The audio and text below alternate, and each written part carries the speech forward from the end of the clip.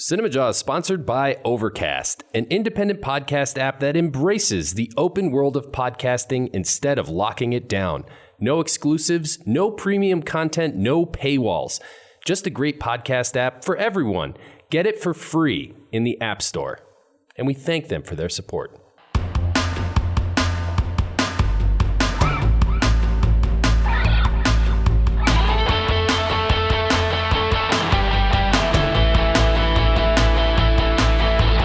You're listening to Cinemajaw, the greatest movies podcast ever, recorded on location from our respective homes in Chicago.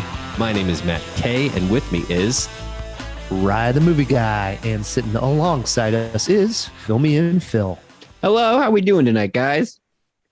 This week on Cinemajaw, Matt, we're talking Edgar Wright. We're also talking Marvel. I mean, two of my favorite subjects, man. Two of my favorite subjects.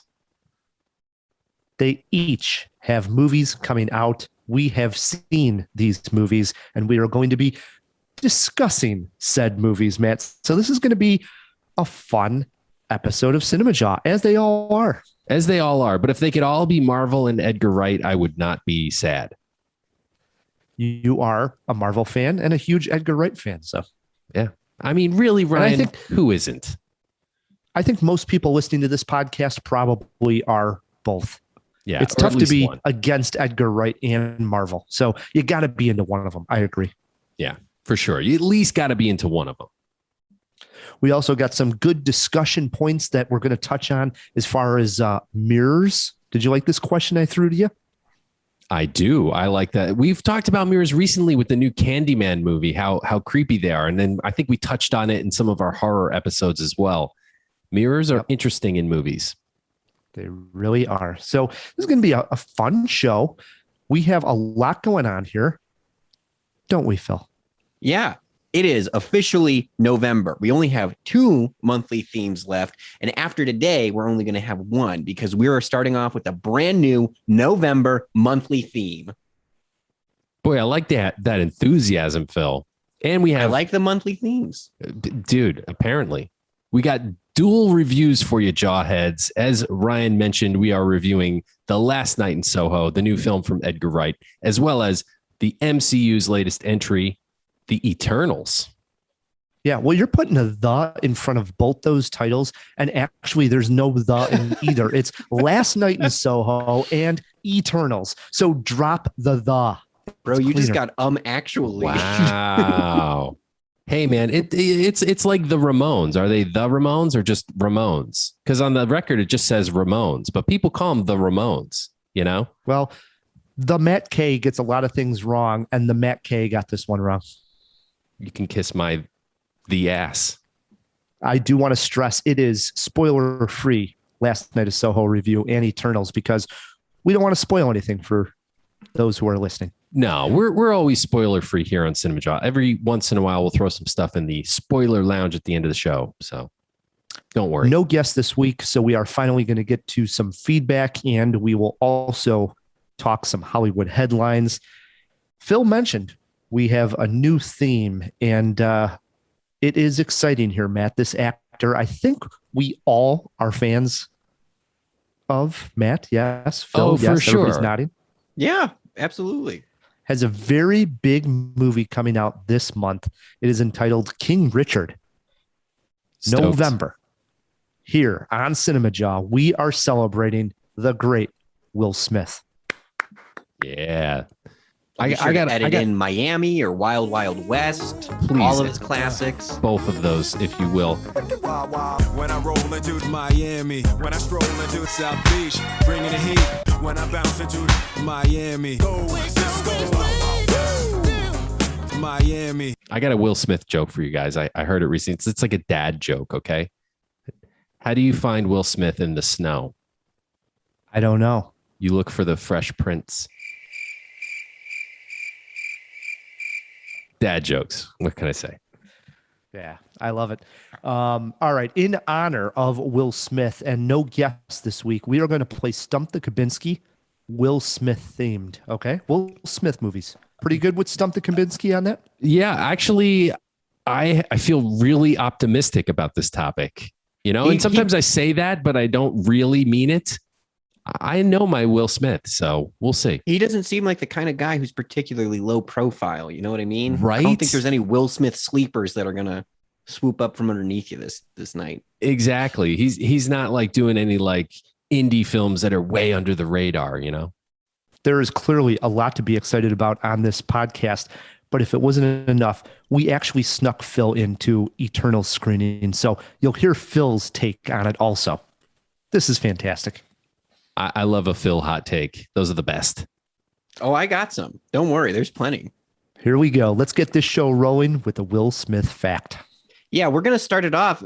Maybe I hope this even gives Matt even a little bit more confidence to the argument that Will Smith doesn't make sleepers. He is one of the highest paid people in Hollywood for an actor.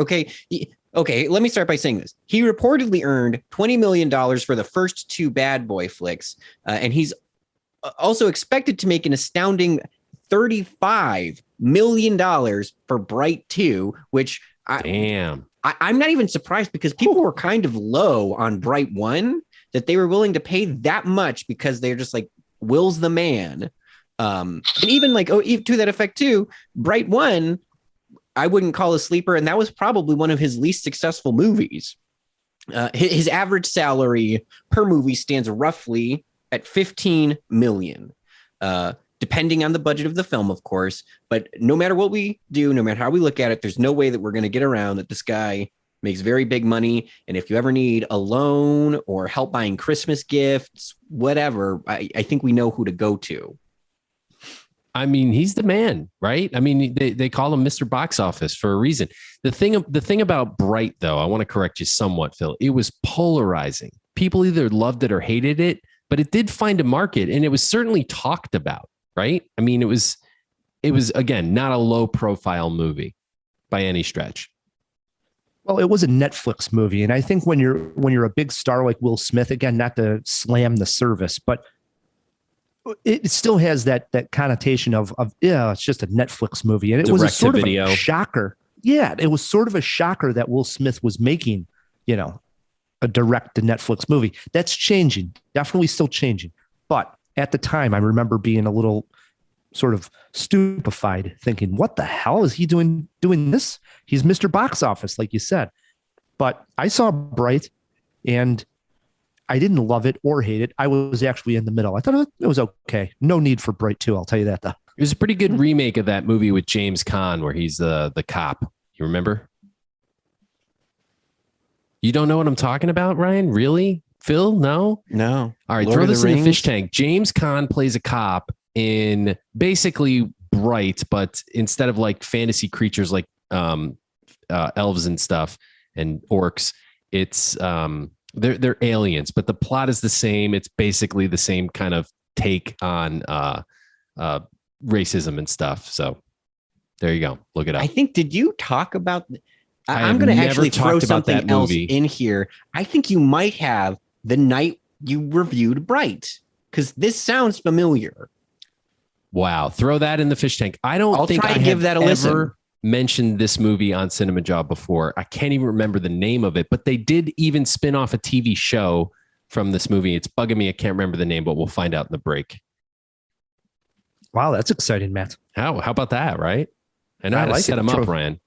Wow, throwing something right into the fish tank. That's what I do, man. You got to keep people on their toes, Ryan. Speaking of keeping people on their toes, Ryan, it's been a long time since we dipped our toes into the mailbag. I don't know why we dip our toes in it, but we did. And we pulled out a couple of letters with our toes.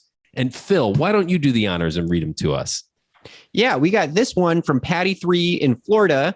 Patty wrote us, "I'm a horror fan that's been listening for about 8 months now. I am glad you dedicated a few weeks to horror film. And let me tell you, I think we all are too, Patty. With your guest, Elliot, when he said he watches scary movies year round, a discussion I recently had was, what would you say is the last great horror film to really scare you? And I'd love to hear your answers." The last great horror film to really scare me, really get underneath my skin. Probably It's probably one of the Ari Aster movies for me. I was going to say Midsummer. Are you guys thinking Wow. the same thing? Yes. How little tension and drama. Yeah. And then I'm thinking, like, which one really scared me the most? I think Midsommar like freaked me out, but I don't know if it scared me as much as Hereditary. So I'll say Hereditary. Yeah, I'm kind of in the same boat. I mean, that decapitation, the creeping dread, the diorama that she makes, everything about that movie is just ick. If I had to pick another one, I would probably throw out Babadook, and I think that was pretty scary. Interesting role reversal there. Relic was also highly decent. Really enjoyed that one. I don't know how scary. Was that scary though?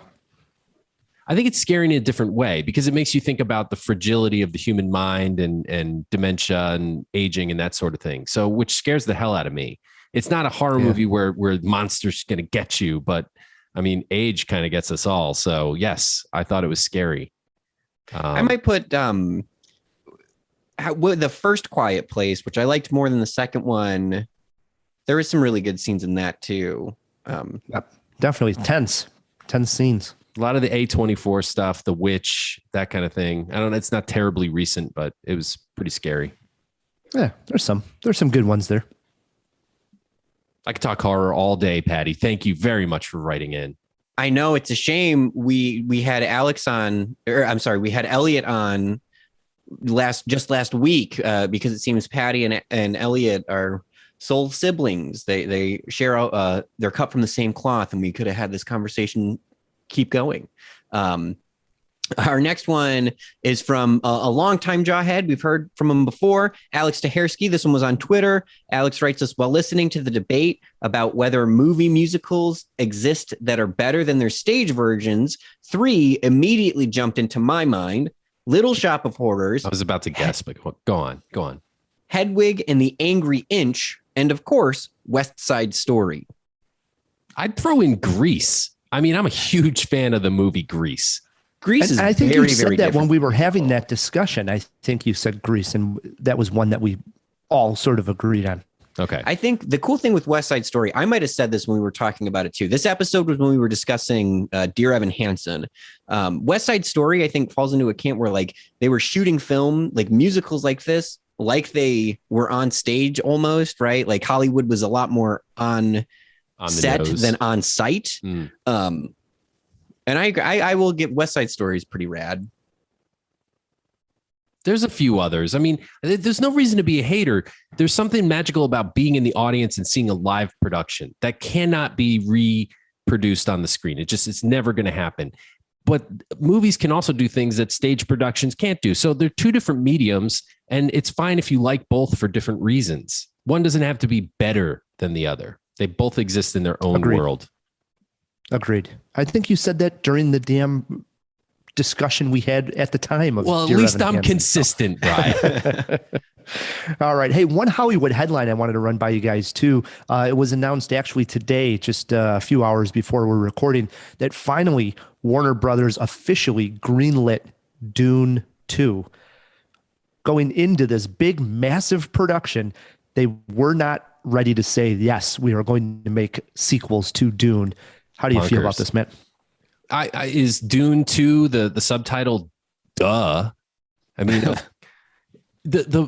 thank God they're making a sequel, because the first one was so completely unsatisfying. Really, I mean, it was just like a lack of gratification at the end. If anything, the movie ramps down. It starts off so strong, like I said in our review, and kind of goes out on a whimper. That's not a major dig, because at least I thought that the sequel was a guarantee. So thank God they're making it. Yep. I think they probably always thought they were going to make the sequel, but by not announcing it, and they actually didn't even play up for the common folk out there, they might not even be aware of one. They just played it as Dune. So I think that was to keep people not from skipping it. You know, if you knew this was going to be 2-3 films, people may just say, I'm going to wait until they're all done. by catch it in not Redbox. announcing all that, it was hopefully getting more people to go to the theater, like to see this event film, get as many people to see it as they can. And the film did really well on the opening weekend for an HBO dual release at home and in the theater. It was the best that they've done so far, making about 40 million on the opening weekend. So now, okay, we're going to greenlit number 2. So What I'm most surprised about, honestly, is that they didn't make it a trilogy. It's going to be a 2-parter, right? Well, I've heard, or at least read on Twitter, that Denis Villeneuve is already talking about plans for a 3rd, even though they just greenlit 2. So we got room here. Is there, so my understanding is that if there is a 3rd one, it would have to be like a different book, right? Did they make more Dune books? They did. Throw it in Okay. the fish tank so we have the official, because I'm not the expert on the Dune books, but I believe there's a total of 5 Dune books. So Okay. there And is this room. movie is just like the first 2 films are the first book, correct? Correct. Oh, Correct. there's a lot of room then. I mean, they're going to Harry Potter this if it goes well, right? Hopefully. And you could do spin-offs probably. You know how it is. Once you get a franchise going. Yeah, there's no Saturday end to it. morning cartoon, serial, all that stuff. We shall see. All right, Matt, on with the show here. This is pretty interesting, Matt. The young actress, Thomasin McKenzie, bursted onto the scene in 2018 with her performance in the wonderful film Leave No Trace. She then had a key supporting role in the 2019 film Jojo Rabbit. It was at this time that Thomasin McKenzie came on as a guest right here on Cinemajaw, episode 444. Sure, she was on her way, but many insiders have said it was her appearance on Cinemajaw that launched her to the next level. Well, she now has the top billing in the new Edgar Wright film, Last Night in Soho. I was anxious to check this one out, so I dressed up in my 1960s fashion and took a deep look into the mirror. I got this kind of gift. I can see people, places, things others can't. This is the closest most people ever get to their dreams.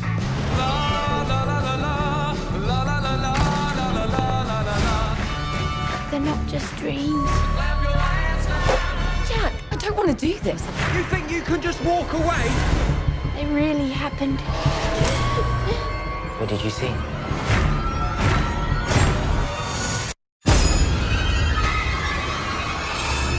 Do you believe in ghosts? Thomasin McKenzie plays Eloise, an aspiring fashion designer who gets accepted into a fashion school in London.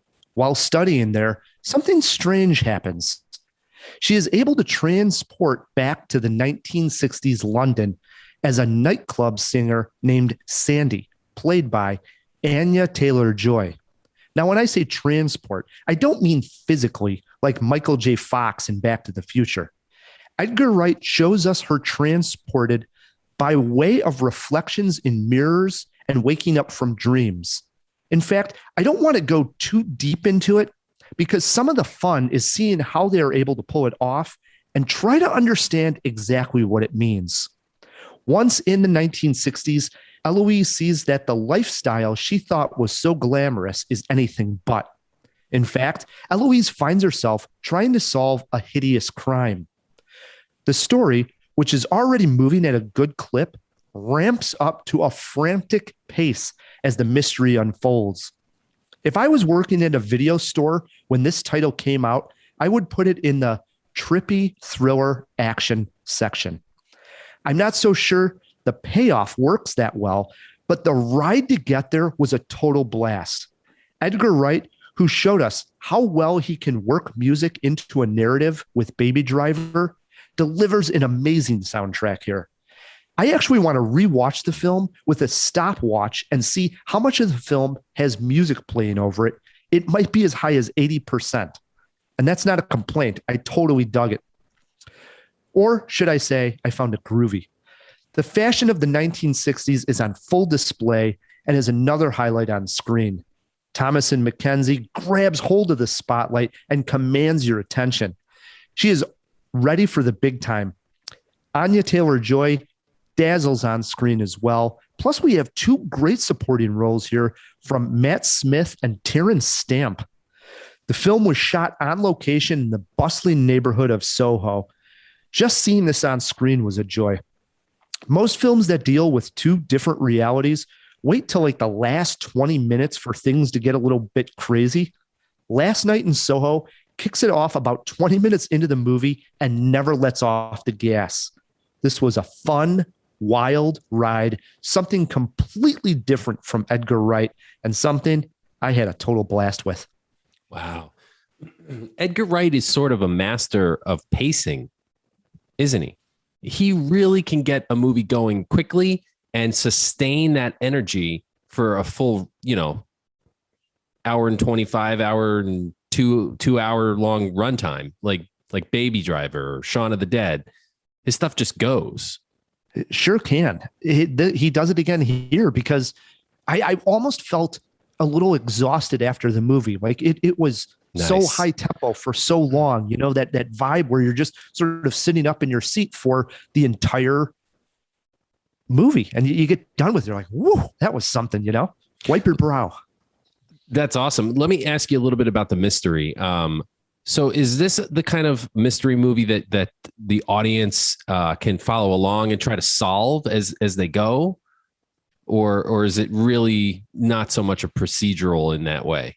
Not so much a procedural, but I would say that you can follow along and start to guess who people are in the 1960s and how it would translate to Thomasin McKenzie's character discovering, and why she's discovering these things. It does start to make sense. It still had me guessing all the way until the reveal. Not a twist, Matt, a reveal, but it had me guessing all the way up to the end. So I wasn't able to figure it out beforehand, but I wasn't completely like clueless either. Like when the reveal happened, it's like, oh, okay, I get it. So is this the kind of reveal that begs a second watch, where you go back and notice things you didn't see the first time? Possibly. I wouldn't say it's not. I don't want to say a twist. I know, here we go with the argument again, but it's not necessarily one of those.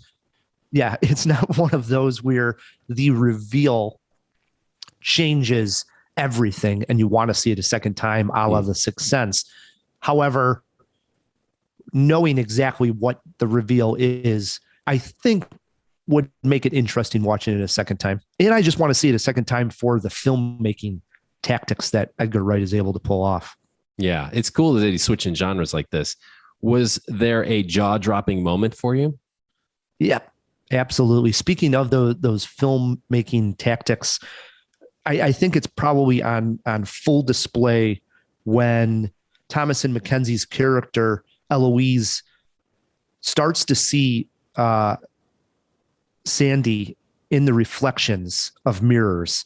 And it's almost like she's following the White Rabbit, or like a clue, like all of a sudden catching glimpses in reflections and can't quite understand why she's seeing her. And the camera at this time starts to follow Thomasin McKenzie into this nightclub, and it goes downstairs, and there's a lot of, extras involved in the scene. And the camera work here, it's really amazing, very fluid, always moving around, never stopping, and tons of camera tricks that just make it dazzle. You know what I mean? One of those where you're looking in a mirror and you see one character, and as the camera turns back into the room, it's a different character back to another, and things are starting to blur as the mystery begins. Really well done. That's awesome, man. Boy, I can't wait to see this one. How about a movie poster quote? I went with this one. When looking at the film, you see the reflection of a very talented filmmaker. Oh, well done. How many jaws you giving this? 3 solid jaws for Last Night in Soho. Interesting. Holding back a little on that, huh? That seems low. Well, 3 jaws. You got to see it, Matt. All right. I will see it. As I mentioned, a lot of reflections in this movie. So I'm going to start the discussion there. All right. mirrors come up big in movies, actually a lot of horror movies, and we just got done doing 3 weeks of horror. But do you have a memorable mirror scene, a moment where you're like, wow, that was something? I mean, the thing that pops up in my head right away when you say mirror scene is the end of Enter the Dragon with Bruce Lee going up against, I think the character's name is Don, the final boss, the guy with the claws, you know, he's got the 3 claw marks on his face and 3 claw marks on his chest. And he hears, you know, you have to destroy the image to destroy the man, like the mantra in his mind. So he starts smashing the mirrors and you just see his fist and his feet smashing the mirrors. That is a cool scene and aped so often, you know, I mean, I think we've seen that in everything from like Conan the Barbarian to Harry Potter, like the mirror maze scene where there's a final boss fight in a mirror maze. So, but I believe first time I remember seeing it was in Enter the Dragon. And I got a couple others, but I'm curious what you got. So mine is a shot that I thought, I got to go here because I think people who have seen this movie and seen this shot, it's actually one of those, how the hell did they make this shot work moments? And it takes place in the Jodie Foster movie Contact that came out in 1997. And it's a flashback scene of her character as a young child. And the actress is actually Jenna Malone, is like maybe a 10 or 12-year-old. And the shot is this girl seeing her father collapsed, and she's, you know, saddened and frantic. She gets up and runs up the stairs. The camera then follows her as she's trying to get her father's medicine. And if I could describe it best here, is it starts to go into slow motion, and the character is literally running right towards the camera the whole time. And we're panning through this long hallway as she's running towards the bathroom. But then it turns out at the very end of the shot, she's not actually running towards the camera, but the camera was looking at a mirror of a reflection of her running into the medicine cabinet and opening that up. And that's the mirror.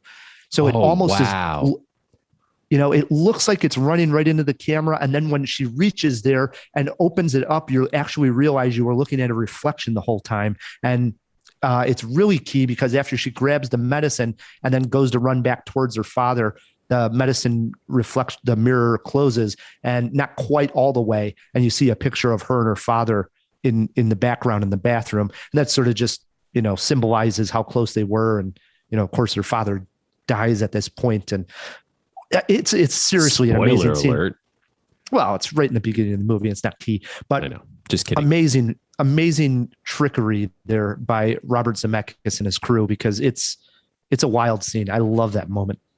Zemeckis is my go-to answer whenever I can't remember a director's name.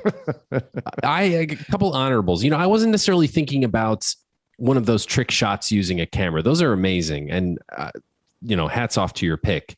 But I was thinking of some cool uses of cameras or cool uses of mirrors in movies, like scenes that are memorable to me that have a mirror, like when Perseus fights Medusa in Clash of the Titans, and he has to use the inside of the mirror because if you look at Medusa, obviously you get turned to stone.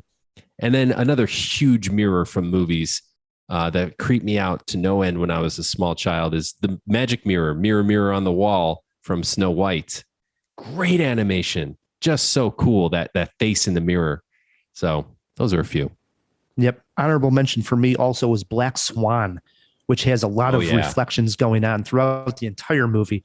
It's another one. It actually reminded me very much watching Last Night in Soho, all the reflections that Aronofsky used in Black Swan. And there's some great ones there with Natalie Portman looking in the mirror and then like the reflection looks a different way. I love when that kind of stuff happens. So is there sort of a similarity to Last Night in Soho and Black Swan? Like with the two girls, one good, one bad, is that sort of a thing? Yeah, I mean, slightly, you know, I mean, obviously that's, you know, dealing with ballet, right? Ballerina. So it's different. This one's more a murder, but you can see that there's two different actresses, a lot of reflections going on. You can draw some comparisons for sure. Okay. Interesting. So Edgar Wright, you're a huge fan. I'm a huge fan. We're not going to go round robin here, But if I was going to ask you to rank your top 3 Edgar Wright films, putting them in order, 3, 2, 1, how do you do it, Matt? Okay, here's my criteria. I didn't necessarily pick the ones that I think most people will consider to be his best. These are my favorites, and I've watched most of his films 2 to 4 times. So I'm starting at number 3 with The World's End. Just really love and could identify with that main character that Simon Pegg plays. Baby Driver was a revelation for me. I freaking love that movie. I think I've seen it 3 times, maybe 4. And I watched the opening scene on YouTube a lot doing this show. And then my favorite is Shaun of the Dead, of course. I mean, that was a game changer. I love Shaun of the Dead. So we don't have to beat this over the head because my 3, 2, and 1 are very similar. I actually say number 3, his best, is also The World's End. Sorry.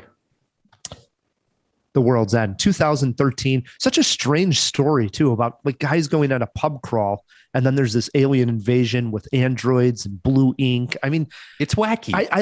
It is. It's just so bizarre that it's like, who else would make this but Edgar Wright and, Nick Frost, Simon Pegg? That like trio is just fantastic. So love the movie. Second, though, I would actually go Scott Pilgrim versus the World, 2010. Yeah. And I think this is one that is just getting better and better with age because the cast is just so impressive. And they were more or less, I don't want to say nobodies, but they were all very early on in their career. But now you look at it and it's Michael Cera, Mary Elizabeth Winstead, Brie Larson, Jason Schwartzman, Brandon Roth, Chris Evans. And the list goes on from there. The list goes on. Yeah. It's a fantastic cast. And then my number 1, also with you, Matt. You never forget your first time, Matt. I'm with you. Shaun of the Dead. I mean, this was really the first time I got to know Simon Pegg, Nick Frost, and Edgar Wright. I don't know if I was missing them in something else prior, but definitely this was the film I watched. And I was like, who are these guys? I love them.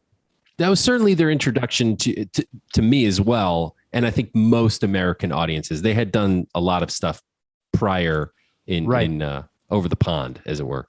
I just had missed it. But I mean, Shaun of the Dead, actually, when we were doing this and then having just seen Last Night in Soho, I thought maybe I'll try to squeeze this in before Halloween. I think I might. Hell yeah, man. I mean, it's probably one of the greatest comedy horrors of all time. It's definitely a top 5er.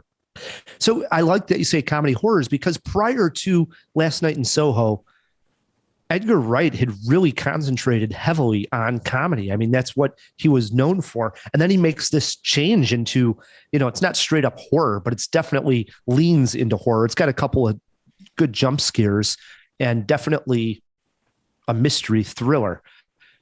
Got me thinking, what if I had to ask you, what director who changed genres on you and pulled it off way better than you saw it coming? Who would you go with here? Well, it's interesting. We're going to talk about Chloe Zhao in when we discuss the Eternals. She's in the running for this because it's such a big departure from Nomadland to go from that to a Marvel movie with Eternals. I dropped the Ryan, but I'm going to choose somebody who also did superheroes for the first time. Ang Lee, definitely a strange pick to direct a Hulk movie. And his Hulk movie is a strange movie. I think it stands the test of time. It's very cerebral and weird, which I think a lot of the Hulk comics were. And it's great. I love Ang Lee's Hulk. How about you? Never seen it. Really? No, that's actually never surprising. Seen any Hulk movie. Never seen either Hulk. Okay, you can totally skip the Edward Norton one, but you should definitely check out Ang Lee's Hulk for sure. It's weird. So I went superhero with my pick also, Matt. I went with Todd Phillips directing the Joker. I mean, Todd Phillips, prior to making the Joker, had made Old School, Road Trip, and the Hangover movies. And then out of nowhere gives us a Martin Scorsese riff on a supervillain with the Joker.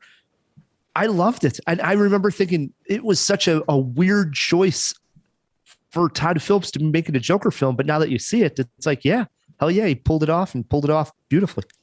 I don't know. See, here's the thing. I'm familiar with Todd Phillips' early stuff when he was doing some pretty aggressive documentaries. Like he did the G.G. Allen movie, Hated in the USA. And stuff. I didn't know any of those.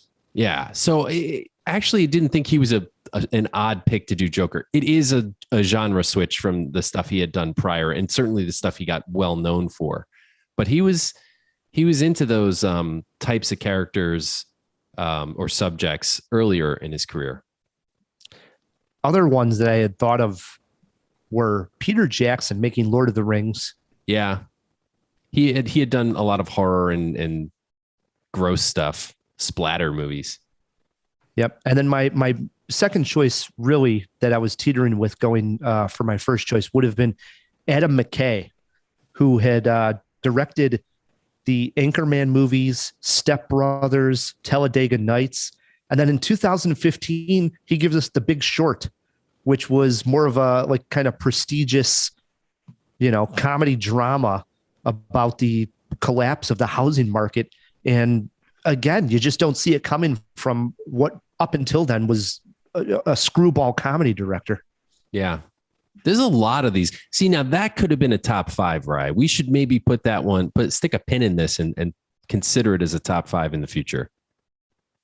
I like that topic, man. Yeah, me too. If we missed your genre changing director, you got Twitter pulled up. Shoot us a tweet at Cinemajaw, or you can email us feedback@cinemajaw.com. When we come back, we got a big spoiler-free review of Eternals, plus Stump the Kubinski Will Smith edition. Stick with us. Hey, Jawheads, we're kicking off this month-long celebration of Will Smith with a clip from a movie called Collateral Beauty. It's a little monologue Will does when his character Howard meets death on a subway car. Wow, that's deep. So it's like life after birth. Hopeful. All right, what do you want? Why are you here? I've heard all of your platitudes. I got them, I know. She's in a better place. And this is all a part of a master plan. Heard that one too. Here's my favorite. God looked down and saw the most beautiful rose. So beautiful that he picked it to have it in heaven all for himself. Then there's the science, biocentrism, and we're all living and dying in infinite universes all at the same time. And then the religion, the Christians and their salvation, and the Buddhists and their samsara, and the Hindus and their 41st sacrament. And can't forget the poetry. Oh, the poetry. To die is different from what anyone supposed, and luckier. Whitman. And rage. Rage against the dying of the light. The wise men at their end know dark is right. Thomas. And then row, row, row your boat gently down the stream. Merrily, merrily, merrily, merrily, life is but a dream. I got it. It all basically says that you're a natural part of life. We shouldn't hate you. We shouldn't fear you. I guess we should just accept you, right? That's it. I get it. Here's the thing. It's all a bunch of intellectual bullshit. She's not here holding my fucking hand.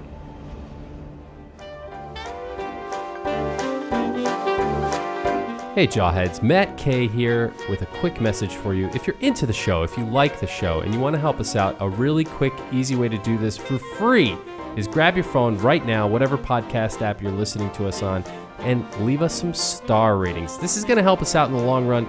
We're trying to get on Rotten Tomatoes, and the more ratings we have, the more it helps. So if you could just take your phone out, whatever device you're listening to this podcast on, leave us a couple stars.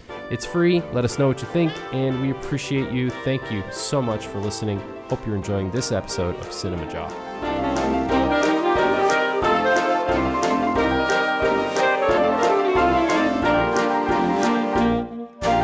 And we are back on Cinemajaw. Matt, before we get to this big Eternals review and play some Stump the Kubinski, we threw a few items into the fish tank, just a couple there.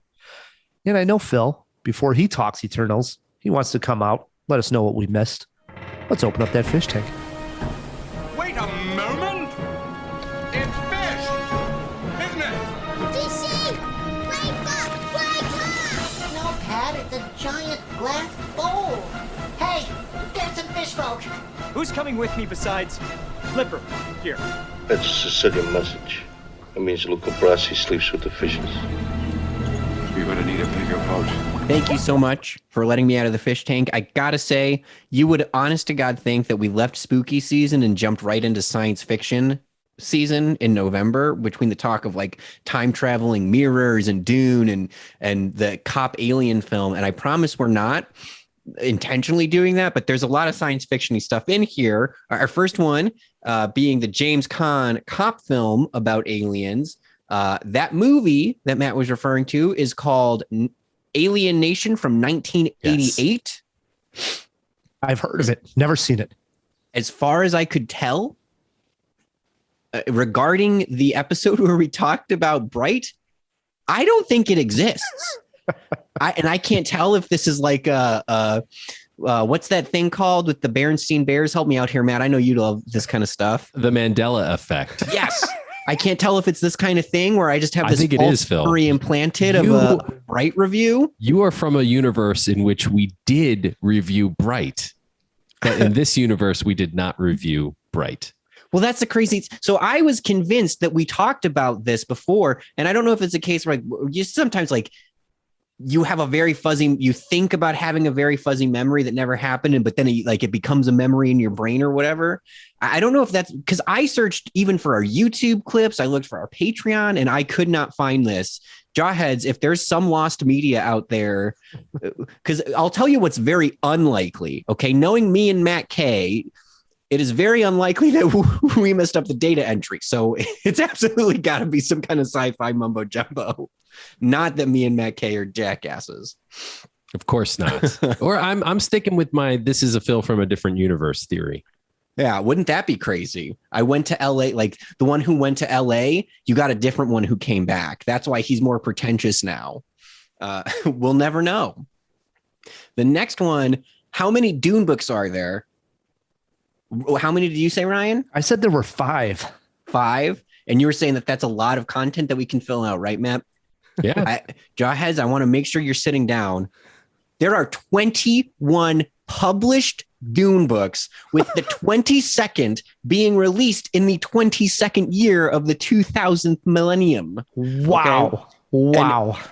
And I think that there are some purists out there who are going to give me guff and say that there are 6 actual Dune books. So Ryan was very close. 6 by the original author or something? By Frank Herbert, who is the original author. However, okay, the only reason that Frank Herbert stopped writing after the 6th book is because he had passed away. And it's usually a good reason to stop writing, yeah. The only reason I can think of in this kind of case, especially considering all 16 novels of after the first 6 are official sequels or prequels being written by Brian Herbert, Frank Herbert's son, who was the original author. Brian Herbert teamed up with Kevin J. Anderson to write these, and would go so far as like they had found notes from the original author that they had used as like the basis for these books. So at the very least, what they were writing was what was going to be written by Frank. It's fine. I don't have a personal anecdote to this as a dyslexic person who really likes looking at colorful drawings. I don't have experience, but it really seems to me that these 16 subsequent novels are all pretty legit. So to say, there is plenty for them to make 3 movies out of. Right. There's purists out there, right? Like people will say the Bond novels that weren't written by Ian Fleming, or the Sherlock Holmes that wasn't written by Arthur Conan Doyle. But I say boo. I mean, keep it going. Let's get more creativity. It's fine. Like I said, these seem pretty faithful to Frank Herbert's vision. I feel like if anyone would have some of like the nitty gritty, I have to imagine if my dad was a successful sci-fi author, instead of being read like Hop on Pop to Sleep, you get like some sandworm stories. Isaac Asimov or something. Yeah. Or I guess I was expecting he like regaled maybe like, Dune 19, whatever book that was. And then, like it's just like the subconscious memory that Brian had growing up and he wrote it into a book eventually. Well, I was thinking about reading the Dune books, but now not so much. Not if there's 20 of them. Don't worry, there's also plenty of graphic novels, plenty of films about it. Maybe films is the wrong word, but shorts. Yeah, like videographed ways to consume this. It's a much larger franchise than I had ever understood. On Cinemajaw. Yeah, I mean me as well. I had no idea. I just know there's people that they say that they've read the Dune books. I knew it was plural, and there was, a fan base out there already. I just thought it was a David Lynch movie. I'm going to be honest. I haven't even seen the David Lynch movie in forever. I'm most familiar with the Dane Cook Nesquik joke, which is really not that involved. Boy, Phil, you just totally lost me. What Dane Cook Nesquik joke are you talking about? It's not good. Okay. I was like in like 6th grade when Dane Cook was huge. So please give me a little bit of slack here. But he talks about like scooping the Nesquik into your milk. And then it's like the movie Dune in my chocolatey drink. I don't want the movie Dune in my chocolatey drink. It's not ringing a bell to anybody. No, it is. It is. Yes. That sounds terrible, Phil. Wow. It's Dane Cook. I don't know what you were we should never, ever explain a joke again. Yeah. Wow. Was that everything in the fish tank? Yeah, that's it. Thank you for making me feel infinitely better for my Fresh Prince joke at the top. We're all bobbing tonight, folks. Jump back in there. Can do. Eternals, Ryan. Almost an entire year to the day after the original release date was delayed by the pandemic. The latest installment of the Marvel Cinematic Universe, Eternals, is finally here. Is this star-studded superhero action adventure worth the wait? Or is this fluff just another 2-hour commercial for the next movie? Ryan and I put on our tights once again and flew too close to the sun to find out.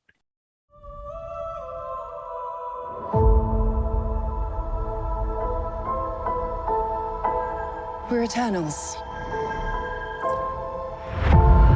We came here 7,000 years ago to protect humans from the deviants.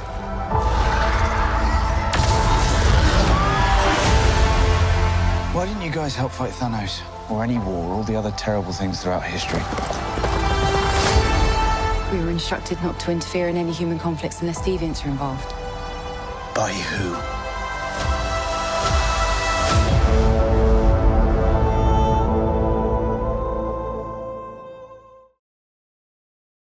Several thousand years ago, Ryan, a group of spacefaring superhumans known as the Eternals came to Earth. Their mission? Protect humanity from the vile and monstrous deviants. Led by Selma Hayek's Ajax, the team of heroes consists of Angelina Jolie as Goddess of War Thena, Gemma Chan as the matter-shifting Cersei, Richard Madden as Superman-like Icarus, Kumail Nanjiani as the funny Kingo, Barry Kogan as Druig, the mind controller, Leah McHugh as the illusionist Sprite, Brian Tyree Henry as the technologist Phastos, Lauren Riddoff as the Flash, Makari, and last but certainly not least, the great Don Lee as the super strong Gilgamesh. They all serve the godlike celestial known as Arishem, but the exact details of their mission beyond destroying the deviants, they know not. I got 2 vibes right away from this movie, Ryan. One I liked, one I didn't. The one I liked, Dungeons and Dragons. This feels like a ragtag Dungeons and Dragons party. Each character's power set is limited enough to make the team truly feel like individuals who need to rely on one another, and I liked that fantasy element. The one I didn't like so much, this feels a lot like Marvel's answer to the Justice League, complete with Flash, Supes, Wonder Woman, and even a Green Lantern type, which made me wonder, why the hell does Marvel need an answer to the Justice League? Taken on its own as a fantasy action adventure film, Eternals was a lot of fun. There are relatively decent character arcs for such a big team. With a story that spans centuries, I thought that the pacing and the unfolding of the plot was well timed. The filmmaker here, Chloe Zhao, must also be applauded for such a diverse and inclusive cast and script. There are several firsts in the Eternals. The first Marvel sex scene. Not sure we needed that, but there it is. First gay kiss in Marvel. I've been hearing good things about gay representation in this film. First deaf superhero, among others. It's nice to see this cracking so wide open in the MCU. The teammates all have good chemistry. We believe the friendships, the familial bonds, and the romances that develop. They're complex and human. Superhuman, but human. The on-screen visuals are both what you would expect and unique enough to have their own style. Though I gotta say, I'll make another unfavorable comparison to the Justice League with the villain of the story, Ryan, a highly evolved deviant who just keeps getting less and less believable as he evolves. While I did enjoy the movie, it lacks that plucky attitude that made Guardians of the Galaxy into a household name. And even though they did well with the large cast, they might have been better served by paring it down and really establishing a new set of heroes that we could care about. Eternals is good fun, but low in Marvel magic. Yeah, it's actually lacking a lot from Guardians of the Galaxy, something that I truly enjoyed when it came to Marvel, and I can't say that about Eternals. Overall, not a fan of this film, Matt. Let me say that up front. But I do have some nice things to say, and I'll get there. But I'm just going to rattle off, going off of your review, things I didn't like. Okay, the characters in the film, this group that you say might have worked because of the Dungeons and Dragons element of they need to sort of lean on each other because they're not all powerful themselves. They each have a certain power. Okay, fine. However, these characters are cold and they're sterile. They have very little, if any, chemistry together. There was nothing to like about this group together when on screen. And I get that they're gods, but this is how, and that's like I should say that's how they're supposed to be. But it doesn't make it fun to watch. I mean, the opening scene that sees them come to Earth is so almost like clinical. It just has like this vibe of like, okay, is this movie even going to attempt to have fun? Like hit the fun button. Somebody, let's have a little fun. This is just way too serious in tone for what it is. I hated the opening. It's too long, way too long. You're talking about it was paced well. The story jumps back through time and shows us what the Eternals are doing on Earth in different periods. And I liked it at first, maybe twice, but I think it does it maybe 3 times too many. Could have cut a couple of those out. I don't think it served the story to keep going back and seeing what this particular character was doing. Enough of that. All right. The humor. This is usually, I even said, I'm getting sick of what I call the Marvel humor, where all these inside jokes are making fun of who's got the better superpower or stronger, yada, yada. And I was like, get rid of the Marvel humor. But I didn't mean get rid of all the humor. This is a humorless movie. It attempts to be funny a couple times. And I don't know what you were thinking, Matt, but the screening we were all in, it was dead silent. I mean, these jokes were supposed to be funny. I didn't hear one person laugh other than maybe one joke. One time, maybe there was a chuckle in the theater. Besides that, completely flat. Too heavy on CGI. This is a complaint on most of my Marvel movies. The deviants, while they have a really neat style to them, they don't feel real. They don't feel like the actors are really in the same space with the CGI characters. No, they look like a monster. The best way to say it. Xena, the warrior princess or something. It's daytime television CGI. The right. Monsters were terrible.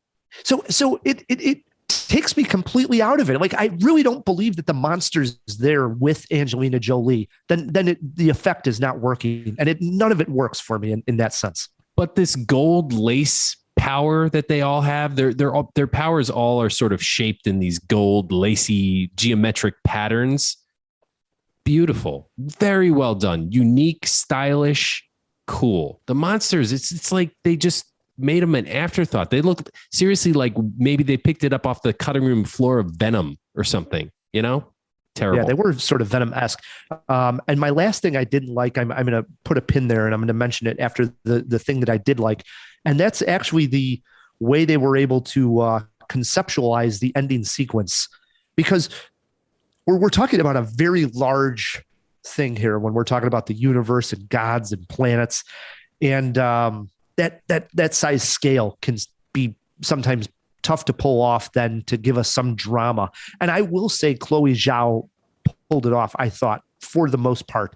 Seeing this like giant being trying to come into life, and I'm dancing around spoilers here. The way she pulled that off and the way it looked on screen, I thought was dazzling. So right. For everything that I'm dissing, I actually really enjoyed the last 20 minutes. And that's what brings me to my last point, back to what I didn't like, and I think what I would have liked more. And I mentioned it a little bit to you after the screening, and I got stuck in traffic. I think it was just yesterday, and I found myself thinking the Eternals. And I thought, I would have liked this movie a lot better had it not been part of the MCU. Yeah, I agree. I totally agree. And I was in deep thought about this. I thought, God, if it had nothing to do with the MCU and we were just talking about gods and these celestials or whatever they were called. The Celestials, yeah. Yeah, and the powers, they probably could have made a really good movie out of it. Why does everything have to be connected in the MCU is getting a bit annoying. Guys, I get it that you want to have, it all connect and everybody sees it, but for a lot of us who aren't super Marvel fans, we don't need it. We don't want it. If anything, it's driving me away from it because I've mentioned this before. I'm not watching the television shows. I may miss a movie or two. And eventually down the road, I'm just going to be like, well, who cares? I've lost touch with it all.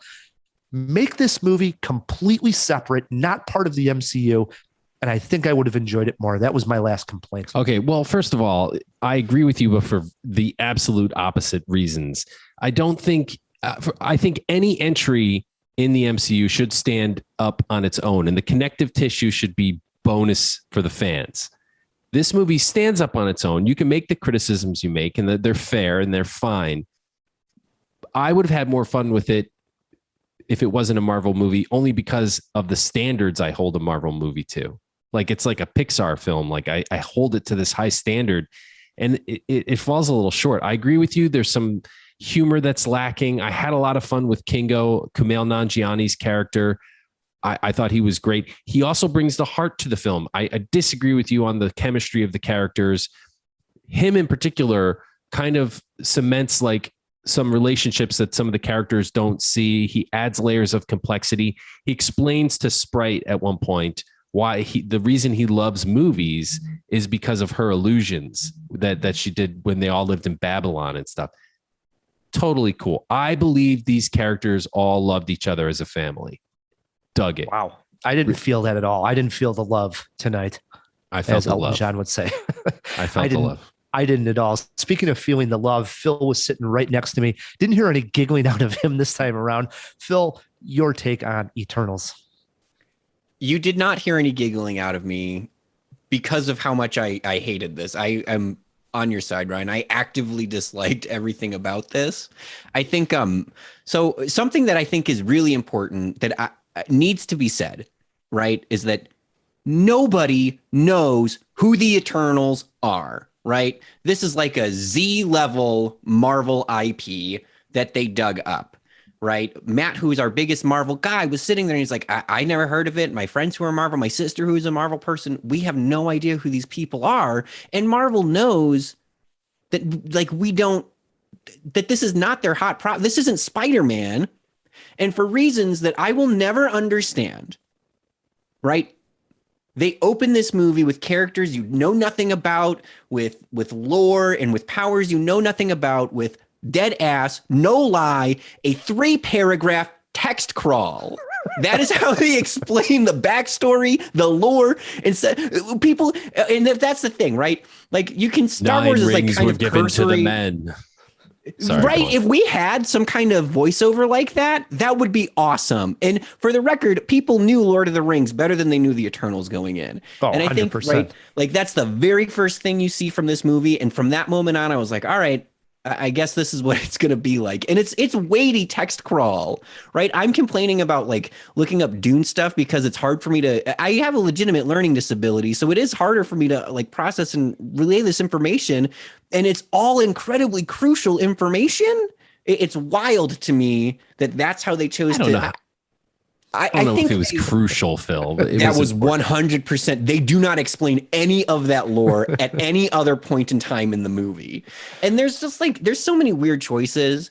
I think it's weird, right? Would you guys say the other thing I kept thinking while watching this is that the Eternals are kind of like Marvel's Illuminati in a way, right? They are this force of alien superhumans who guide humanity down this path, right?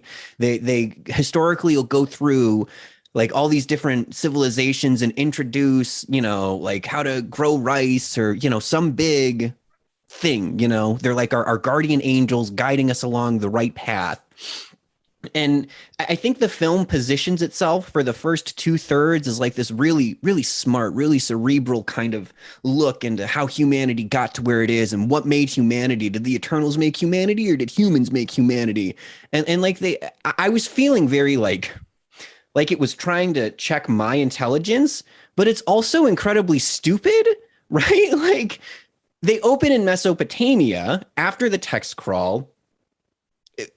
And it's like supposed to be like guiding the Mesopotamians into creating the very first human civilization, but they don't know what the Fertile Crescent looks like. They did what Arabia looks like today, which is very infertile. It's a desert and there's no crops being grown. And like, there's just so much stuff where I'm like, well, did anybody? Phil, I don't know what the Fertile Crescent looks like, to be fair. It's fertile. It's fertile. They were standing near an ocean and stuff. It looked kind of fertile to me. That's not fertile. No, it was a desert.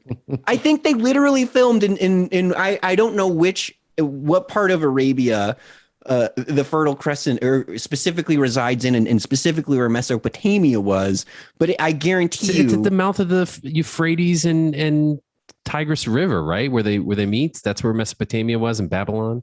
I don't remember that much. All I know is that they used to grow a lot of crops there, that it was fertile, and they should have at least had some green. There's like a bunch of just silly choices. We're like talking that. about 6th grade history here. I don't think it matters too much in a Marvel movie. But that's my thing. If they're going to try and position this as like this really like, again, like very, very thought-provoking. Again, it just felt like a movie that had this air of like trying to be smart, but it's like, I'm going to make a video game reference. It reminds me a lot of the Kingdom Hearts story where it's like the writers think they're being really heady and really smart and really thought-provoking, but they're just idiots. Like they didn't think it through. It doesn't. Anyways, I think the darkness has gotten your heart, Phil. No, I think that the two entire acts of exposition got to me, right? Because that's the other problem. The beginning is all exposition. I agree with Ryan. I feel like none of these characters, there's really like dramatic scenes that are supposed to be dramatic where there's tense like conversations between different Eternals and or like events that happen between Eternals, and it just feels dead to me. They did a lot of telling instead of showing. There is, again, dead ass, like a scene where Kumail Nanjiani like has to tell one of the characters, yeah, I think of you this way because you're in love with him. And then that's when we realize she's in love with him. But there's no indication of that. Even when like, all right, that's fair. Even refer back to it later, and he's like, "Oh, what? You guys didn't know she was in love with him?" And no, because Kumail, you just made that up. Kumail, you wrote that plot device, didn't you, crackpot? That was a bit ridiculous. I liked it. I agree with Phil. They didn't show. That is a bit lazy in filmmaking. But here's one thing we are totally glossing over, guys. Can we please discuss the Marvel sex scene? I'm all totally uncomfortable. I was like, no, don't get me wrong. I'm certainly no prude. I love a good sex scene just as much as the next guy, but was not expecting it. Totally felt out of context. And I was like, weird. I think, you know what I think has to do with that, Matt? I would make the argument, because I am all for there being a Marvel sex scene. I think it's because what I will say is weird about it is like the way that even that interaction goes about is like, again, the writer's telling us, oh, they're in love, so this happened, right? Like the time that the guy hits on the girl that he has sex with, it's just like very weird. It doesn't feel like, I don't know. It's just they a literally weird meet and he's like, hi, my name's Icarus. So I'm really, what is he like? I'm really beautiful. Like something literally, that is what happens. All right. Wow. I thought it was cringy. What'd you think of the sex scene, Rye? Yeah, I mean, it was, you hold a couple of superhero sex scenes above all others, and Superman 2 is the high standard, right? When Superman beds Lois. I'm going to have to take your word. It's been a long time. But yeah, I mean, a bit strange. Like, I again, just wasn't ready for it. But to be honest, I mean, nothing really evoked an emotion out of me throughout the whole movie. I wasn't laughing or I wasn't shocked. I was just sort of like, okay, what's next? And then cool ending. And that was it. And I thought, God, I just didn't have the energy of a Marvel movie. Even when I dislike the Marvel movies, there's an energy to them. I can appreciate the energy. This didn't have the energy. It was just sort of like, it just flat. It felt very flat. The pacing was weird. Like I said, it's very expository until like the climax. At least it swings for the fences. It took a couple of bold steps, and I applaud it for that. Rye, did you have a jaw-dropping moment? I mean, I alluded to it already that I was a very big fan of the ending sequence of this movie. And again, don't want to spoil anything. So I'll just say I love this massive hand of this giant being coming out of the ground, and the way that hand looked was awesome. Among other things. Are you guys familiar with Journey to the West? Like it's one of the great Chinese classics by Wu Cheng'en. There's a scene in that. It's like a very formative Chinese novel, and I think it's symbolic in representing Buddha's hand, but I wasn't sure. Jawheads, if anyone's familiar, please feedback at cinemajaw.com, Twitter, Instagram, however you want to reach out to us if you're familiar with Journey to the West and you saw a parallel there as well. Interesting. Now I'm going to check that out. Yeah, I love that ending sequence, Matt. Jaw-dropping moment for me was the epilogue, not the post-credit scenes, either one of them, but the epilogue. Two characters are walking along and everything seems normal, and then boom, there's another scene of action. It's very brief with a celestial comes to Earth, and the effects on that were actually really breathtaking. I have one too, if you guys have one. Yeah, go ahead, Phil. So there is a scene where I'm just going to call it a transformation. There's a few transformations, but one where like it's a fully CG transformation. And it's jaw-dropping for all the wrong reasons, but it's just like the way that this four-legged animal turns into a man who's like weirdly defined muscularly and naked. Jaw dropped. I'm not good. I'm surprised Ryan didn't hear giggles from that one. I loved it. I loved it. How about a movie poster quote, Matt? I am an eternal fan of Chloe Zhao, but maybe not this movie. Wow. I went with the most non-Marvel movie, and I still didn't like it. I had never heard of the Eternals before. The good news is neither has Marvel, apparently. It's a zinger. I got 1.5 Jaws for Eternals. 1.5 Jaws. I'm going 2 Jaws. This might be Matt's lowest rated Marvel movie.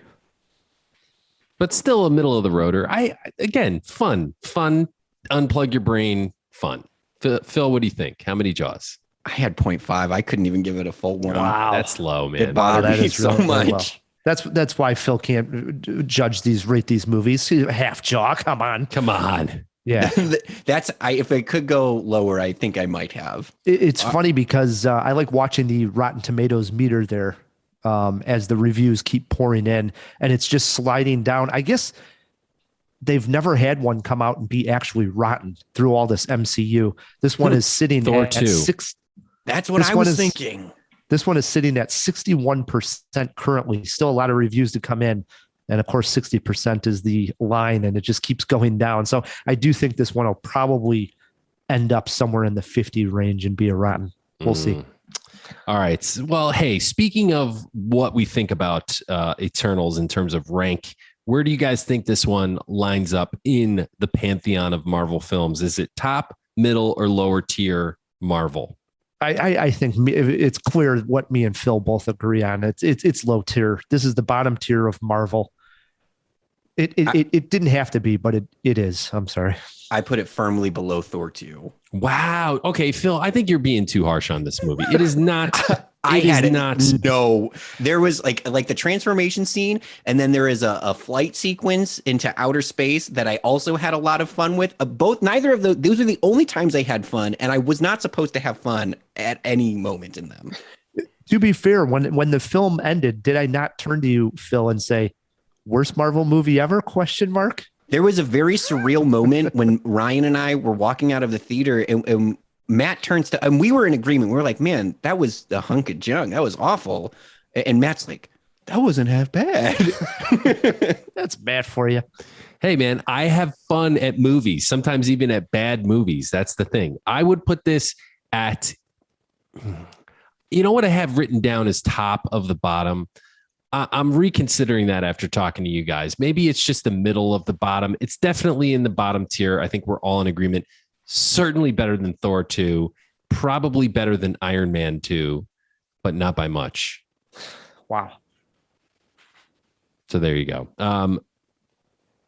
Speaking of this movie in terms of its success, do you guys think this was the right career move for Chloe Zhao, coming off a Best Picture win, Best Director win with Nomadland, and then making what may turn out to be the least popular Marvel film?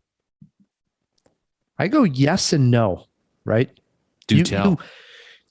Well, obviously, it turns out if it's one of the stinkers in Marvel, that's a bad thing. But when you're an indie director and you get a chance to direct something this scale, this large, and have this many eyeballs on it, when you're an artist, you want people to view your work, you got to go and say yes to a challenge like this.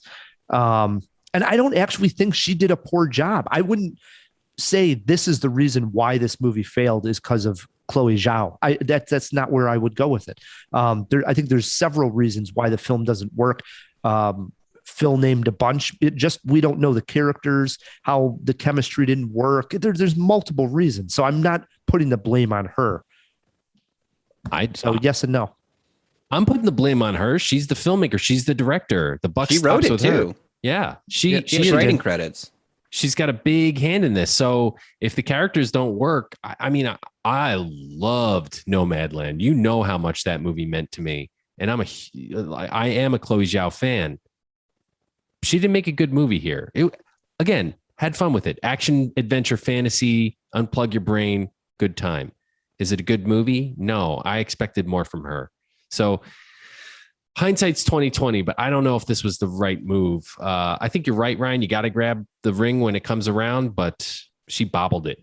My headcanon on this, right? Because the Nomadland and this were produced like near simultaneously. Mm-hmm. And I have to imagine that there's like some like work-life balance thing here going on where her passion was in Nomadland, but there's this huge paycheck that allows her to make Nomadland coming from this movie. Whether or not that's actually what was going on in her life, I'm going to preserve her in my memory as like just clocking into Disney, shooting this goofy space movie so she can head back to the van people.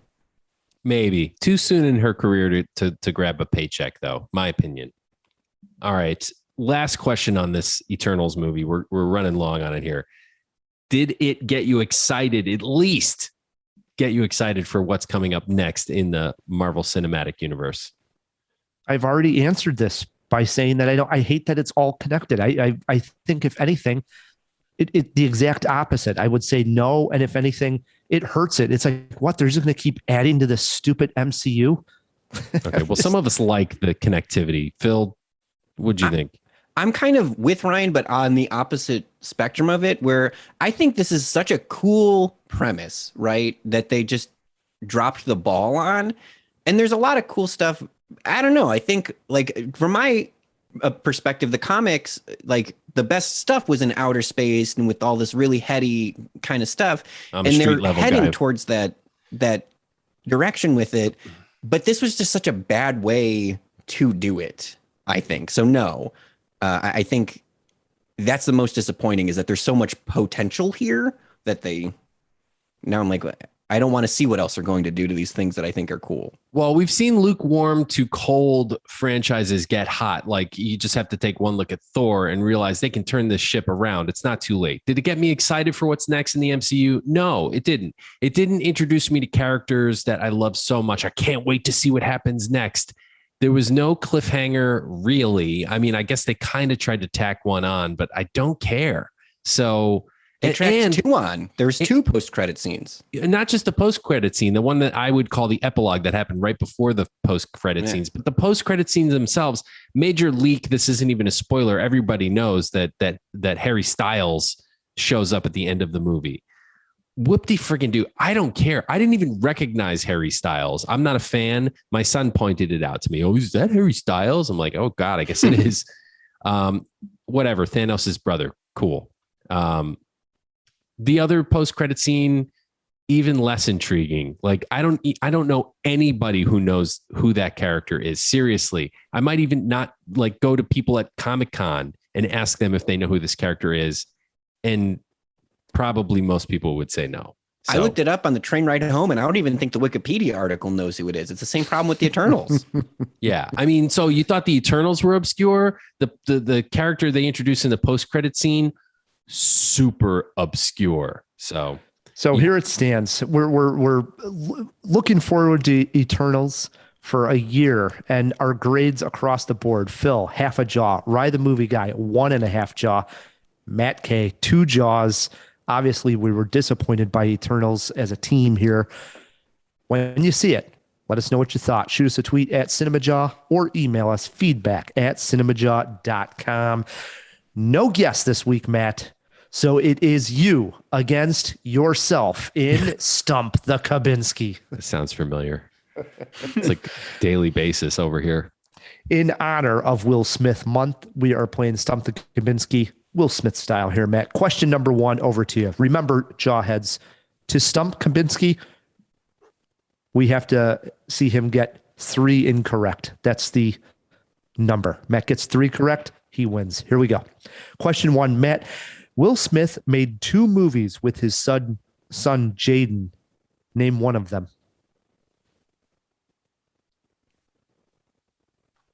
After Earth. That is correct. The other was The Pursuit of Happiness. Wow, he is on a roll. Aren't you After Earth's only defender, Matt? No. I'd never defended that film. Okay.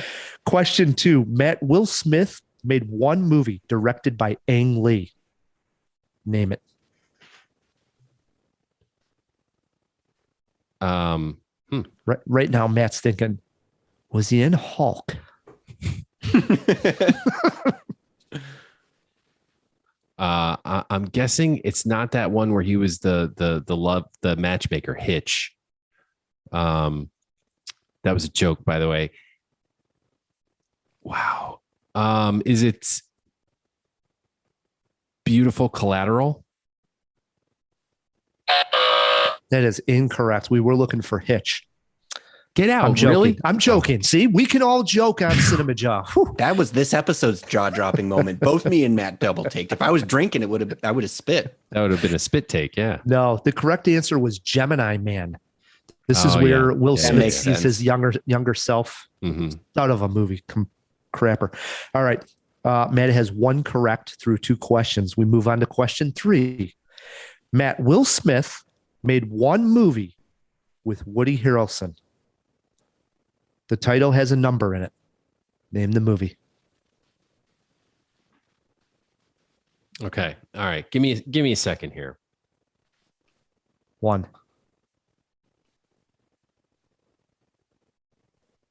Will Smith, Woody Harrelson. In 1 movie.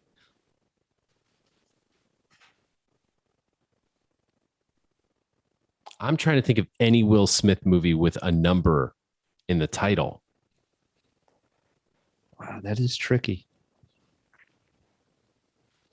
13 Ghosts. Oh, so close. Got nothing. 7 pounds. We were looking for 7 pounds. Yeah. Okay. Wow. All right. We stand 1 correct through 3 questions. He needs these next 2 to be a winner. Matt, here we go.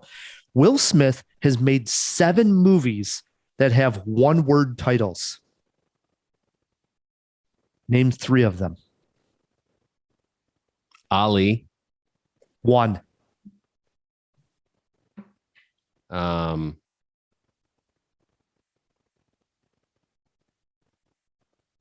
Hitch. 2.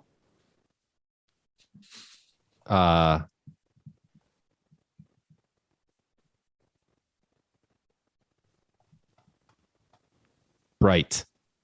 3. Give him, that man is a winner. Way to go, Matt. Ali, Hitch, Bright, Hancock, Focus, Aladdin, Concussion. Okay. 7 movies. There you go. Last question. You can still win this game here, Matt. He is starring in King Richard about tennis superstars. The Williams sisters. The Williams sisters. Name 2 other Will Smith sports movies. Oh, this is great. You just mentioned Concussion. So there you go. There's one. Do I get a bell for that? That's a sports movie. That's 1. And then Ali. There you go. There you go. Yeah. All right. It's Matt wins this one. We also would have accepted The Legend of Bagger Vance, where he plays the caddy to Matt Damon. Okay. Matt See, I wins told this you, one. I know my Will Smith. He knows his Will Smith. Came on strong there at the end. Gets 3 out of 5. Congrats, Matt K. Thank you for making it easy on me, Ryan. I feel like, you really set me up for a win, which is unlike you. That's unusual. I like to have fun. I like the jawheads to be playing around. They're always rooting for you, Matt. That's what we hear. We come into the theater at some of these screenings and they're like, give Matt easier ones next time. Well, you talk to Al Lerner, yeah, Linda. They're always cheering for you. People love me, Ryan. No doubt. Brings us to the end of a very fun and entertaining Jaw. First and foremost, we got to thank our engineer, our producer, Fill Me In, Phil. Oh, yeah. Thank you, guys. And I promise with Will Smith month, I will limit how many times I use the sound effect. I really will. Or how about, oh, hell no. We got to get some of those in there too. And we got to thank the sponsors. So thanks to Overcast and the Chicago Podcast Co-op for helping us get great sponsors. If you want to support Cinemajaw, leave us a review wherever you're listening to this podcast. And please, while you're at it, click subscribe. 1 extra click from you seriously helps us out. Please do it. Until next week, I'm Ryan, the movie guy. I'm Matt K. And keep on jawing about the movies.